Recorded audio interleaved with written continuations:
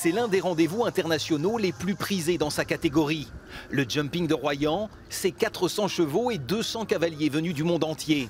Et durant 3 semaines, Saint-Palais abrite ici une véritable fourmilière. Des épreuves très encadrées qui débutent comme toujours dans le sport de haut niveau par les incontournables contrôles. Alors en fait, on contrôle le transpondeur. C'est une petite puce électronique qui est implantée dans l'encolure du cheval, avec une grosse aiguille quand ils sont au poulain. Et en fait, on a un numéro qui est attribué spécifiquement au cheval et qui est marqué ici. Donc ça nous permet de certifier l'identité du cheval. Et pour en être totalement sûr, les papiers du champion sont passés au crible. Particularité de sa robe et vaccination, tout doit y figurer. Un léger trot permet enfin de s'assurer que le cheval ne boite pas et qu'il peut donc concourir. Olivier a rentré toute la paille ce matin. On sera bon jusqu'à dimanche. Mais pas de concours sans organisation. Et ici, c'est lui qui veille au grain.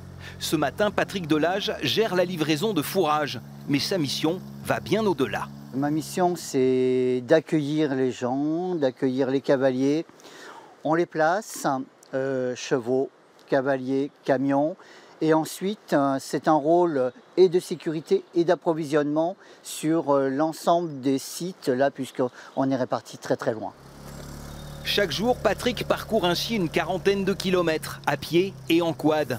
Et tout cela pour offrir les meilleures conditions de vie aux compétiteurs. Ça a un impact sur leurs conditions physiques aussi. Du coup, si on peut avoir, dès qu'on arrive, les conditions nécessaires pour leur bien-être, on améliore la performance derrière. Des performances qui font la qualité du rendez-vous qui s'achèvera ce dimanche avec la journée des Grands Prix.